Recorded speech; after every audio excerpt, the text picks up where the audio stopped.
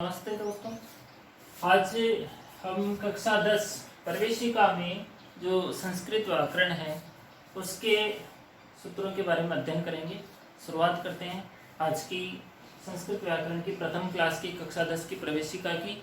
आज हम इनके दो सूत्र पढ़ेंगे। जो शुरुआत में जो दो सूत्र होते हैं उन दो सूत्रों का आज हम अध्ययन करेंगे।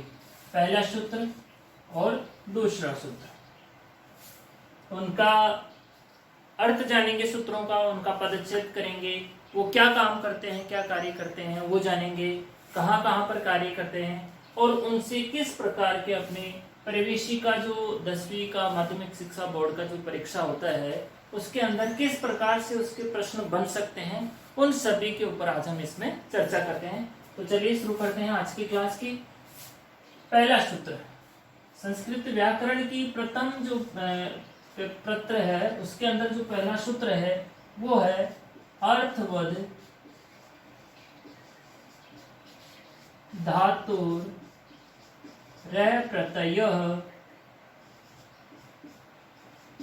प्रातिपदिकम। अर्थवद धातुर रह प्रत्यय प्रातिपदिकम, यह पहला सूत्र है इसका, अर्थवद धातु रह प्रत्यय प्रातिपदिकम। दूसरा सूत्र है कृतधित समासाश्च। आज की क्लास में हम इन दोनों ही सूत्रों के बारे में अध्ययन करेंगे कि इन दोनों सूत्रों का कार्य क्या है, क्राइटेरिया क्या है, किस किस क्षेत्र में ये काम करेंगे, कहाँ कहाँ पर ये काम करते हैं। चलो सबसे पहले अपन इनका कार्य देख लेते हैं। इनका प्रमुख कार्य क्या है, कार्य क्या काम है इनका, ठीक है, दोनों का कार्य देखो। जैसा कि इसमें लिखा हुआ है प्रातिपदिकम, प्रातिपदिकम, प्रातिपदिक संज्ञा। अर्थवद धातु रह प्रत्यय प्रातिपदिकम जो सूत्र है उसका कार्य क्या है, प्रातिपदिक संज्ञा। चलो कर्तव्य समासाश्च के बारे में भी हम पढ़ लेते हैं कि इसका कार्य क्या है। इसका भी कार्य है प्रातिपदिक संज्ञा। प्रातिपदिक संज्ञा, इसका भी प्रातिपदिक, इसका भी प्रातिपदिक। तो यहाँ पर एक ही कार्य को करने के लिए, प्रातिपदिक संज्ञा को करने के लिए यहाँ पर दो सूत्रों की आवश्यकता क्यों हुई। पाणिनि जी इतनी वो तो थे नहीं कि एक ही कार्य के लिए दो दो सूत्र बनाते और हमारे ऊपर बोझ डाल देते कि एक की बजाय बेटा तुम दो याद करो, ऐसा तो था नहीं। कहीं ना कहीं इनका लॉजिक अलग अलग है। ये भी प्रातिपदिक संज्ञा करता है, ये भी प्रातिपदिक संज्ञा करता है, दोनों के कार्य सेम है। अगर आपके परीक्षा में आ जाता है कि प्रातिपदिक संज्ञा विधायक सूत्र, प्रातिपदिक संज्ञा करने वाला सूत्र आप अर्थवद धातु रह प्रत्यय प्रातिपदिकम भी कर सकते हैं, कृतधित समासाश्च भी कर सकते हैं। तो एक ही कार्य के लिए दो दो सूत्र क्यों बनाए गए हैं, अब हम इसके बारे में जो है आगे अध्ययन करते हैं, आगे पढ़ते हैं। सबसे पहले हम सूत्र का पोस्टमार्टम करते हैं, पदच्छेद। इसके साथ टुकड़े टुकड़े करके यहाँ पे अलग अलग बैठाते हैं ताकि हमें इनमें छिपे हुए शब्दों को बाहर निकाल सकते हैं। सबसे पहले अर्थवद, अर्थवद या अर्थवद, ठीक है। द हलंत है तो यहाँ पे ए शेष रह गया, यहाँ पे रह जाएगा ए धातु। ए धातु र है, र का ऋतु विसर्ग हो जाएगा र, और र में जो ए है वो शेष रह जाएगा यहाँ पे, तो ये हो जाएगा ए प्रत्यय प्रातिपदिकम। यहाँ पे लिख लेंगे अपन प्रातिपदिकम।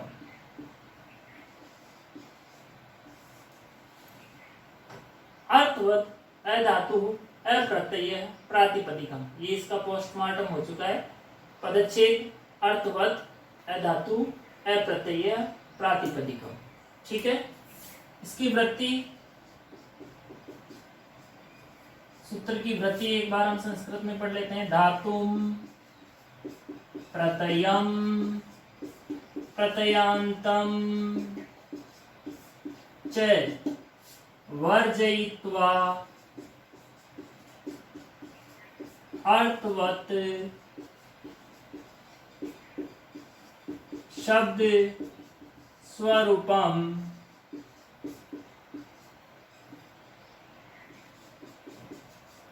प्रातिपदिक संज्ञम श। ये इस सूत्र की वृत्ति है कि धातुम प्रत्ययम प्रत्ययांतम च वर्जयित्वा अर्थवत् शब्द स्वरूपम प्रातिपदिक संज्ञम श। अर्थ जान लेते हैं इसका।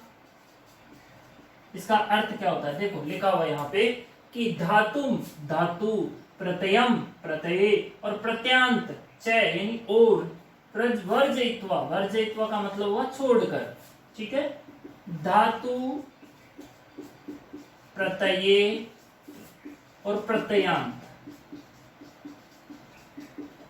प्रत्ययांत का क्या मतलब हुआ? ऐसा शब्द जिसमें प्रत्यय लगा हुआ हो, ऐसा शब्द जिसमें कोई प्रत्यय लगा हुआ हो उसको हम प्रत्ययांत कहेंगे।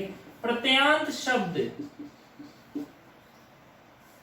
या सीधा लिख देंगे हम इसको, प्रत्ययांत को छोड़कर, प्रत्ययांत को छोड़कर। वर्जयित्वा का मतलब क्या हुआ?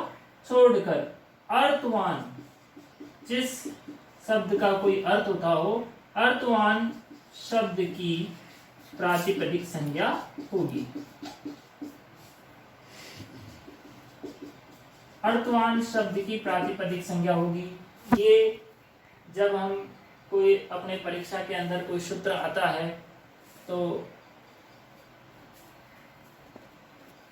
परीक्षा के अंदर अपने जब भी सूत्र व्याख्या आती है, किसी भी सूत्र के लिए एक सूत्र व्याख्या आती है कि निम्न में से किसी भी एक सूत्र की व्याख्या करिए, तो इसके अंदर मुख्य कार्य जो होता है 1, 2, 3, 4 और 5, इसका उदाहरण बताइए, है ना।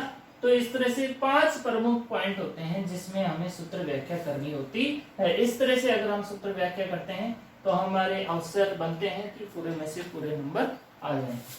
तो देखो ये सूत्र क्या कहता है? धातु प्रत्यय और प्रत्यांत शब्द को छोड़कर अर्थवान शब्द की प्रातिपदिक संज्ञा होगी। ये इसका क्राइटेरिया हो गया। इसने कह दिया कि मैं तो भाई धातु की, एक प्रत्यय की और एक ऐसा शब्द जो प्रत्यांत हो, जिसमें प्रत्यय लगा हुआ हो, उसकी मैं प्रातिपदिक संज्ञा नहीं करूंगा। किस किस की नहीं करेगा? धातु की, प्रत्यय की और प्रत्यांत शब्द की। क्या नहीं करेगा? प्रातिपदिक संज्ञा नहीं करेगा। जात बारे कर दिए जाते हैं। धातु प्रत्यय और प्रत्यांत शब्दों को हटा दिया, इसने बाहर निकाल दिया। भाई तुम गेट आउट फ्रॉम हियर, यहाँ से निकल जाओ बाहर, तुम्हारा कोई लेना देना नहीं है। तो बेचारे ये रोने लग गए कि हमारी तो यार प्रातिपदिक संज्ञा नहीं हुई, इनकी तो अर्थवान शब्दों की तो प्रातिपदिक संज्ञा हो गई। तो रोते रोते इधर आ गए, इधर बैठे थे कृतधिक समासशास्त्र से। वो भी कहता भाई यहाँ आ जाओ, मैं भी प्रातिपदिक संज्ञा करता हूँ, तुम मेरे पास आ जाओ। तो अब इसको पढ़ते हैं, कृतधिक समासशास्त्र। सबसे पहले इसका पदच्छेद करते हैं हम। पदच्छेद में क्या होगा? इसका पोस्टमार्टम टुकड़े करते हैं, इसमें जितने भी हैं। देखो सबसे पहले इसमें है कृत, फिर है तद्धित और फिर है समास। कृत तद्धित समासः च, ये इसमें पद है, कृत तद्धित समासः च। ठीक है, अब इसकी वृत्ति हम जान लेते हैं। संस्कृत में वृत्ति इसकी लिखी हुई, कृत तद्धितान्तो, कृत तद्धितान्तो समासस्य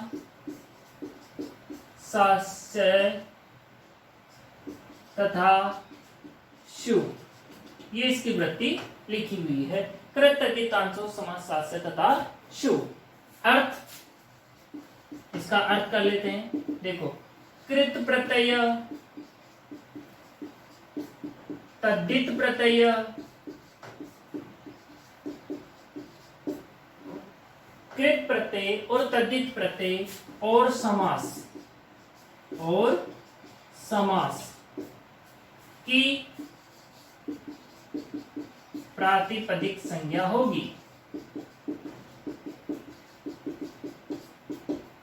जो यहां से बाहर निकाल दिए गए थे प्रत्यय और प्रत्यांत, वो इधर आगे कृत प्रत्यय, तद्धित प्रत्यय और समास की प्रातिपदिक संज्ञा होगी। एक बार कृत प्रत्यय, तद्धित प्रत्यय के बारे में हम जान लेते हैं। कृत प्रत्यय, तद्धित प्रत्यय क्या है? कृत प्रत्यय जो होते हैं वो धातुओं से लगने वाले होते हैं। वैसे प्रत्यय जो धातुओं से लगते हैं उनको कृत प्रत्यय कहते हैं। तद्धित प्रत्यय जो शब्दों से लगते हैं,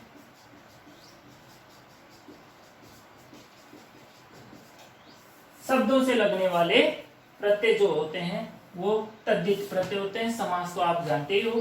तो ऐसे कृत और कृत प्रत्यय, तद्धित प्रत्यय और समास की प्रातिपदिक संज्ञा होगी। एक यहाँ पर एक वर्ड आया है, यहाँ पे कृत, तद्धित, समास सास्य है। च, कृत का कृत, तद्धित का तद्धित प्रत्यय, समास का समास प्रत्यय। इस च का क्या मतलब होता है? अपन ने पहले वाली क्लास में, इससे पहले जो अपन ने क्लास ली थी उसके अंदर हमने पढ़ा था च, मुख्य शब्द वाली जो क्लास थी उसके अंदर च भी आया था। च का अर्थ होता है अनुवृत्ति या अनुकरण। अनुवृत्ति या अनुकरण मतलब ये अनुकरण करता है किस सूत्र का? इस सूत्र का। जो काम ये करता है वही काम ये करता है। ये प्रातिपदिक संज्ञा करता है तो ये भी प्रातिपदिक संज्ञा करता है।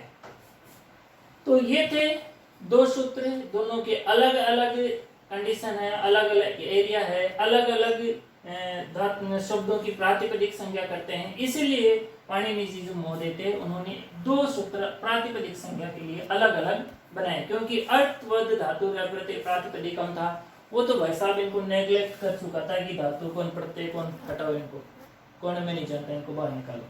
तो वो बेचारे कृतधित समास शास्त्र के पास आ गए। तो इन्होंने कहा चलो भाई आए जो ठीक है, इनकी मैं प्रातिपदिक संज्ञा कर देता हूँ। आप एक बार इसका अच्छे से स्क्रीनशॉट ले सकते हैं।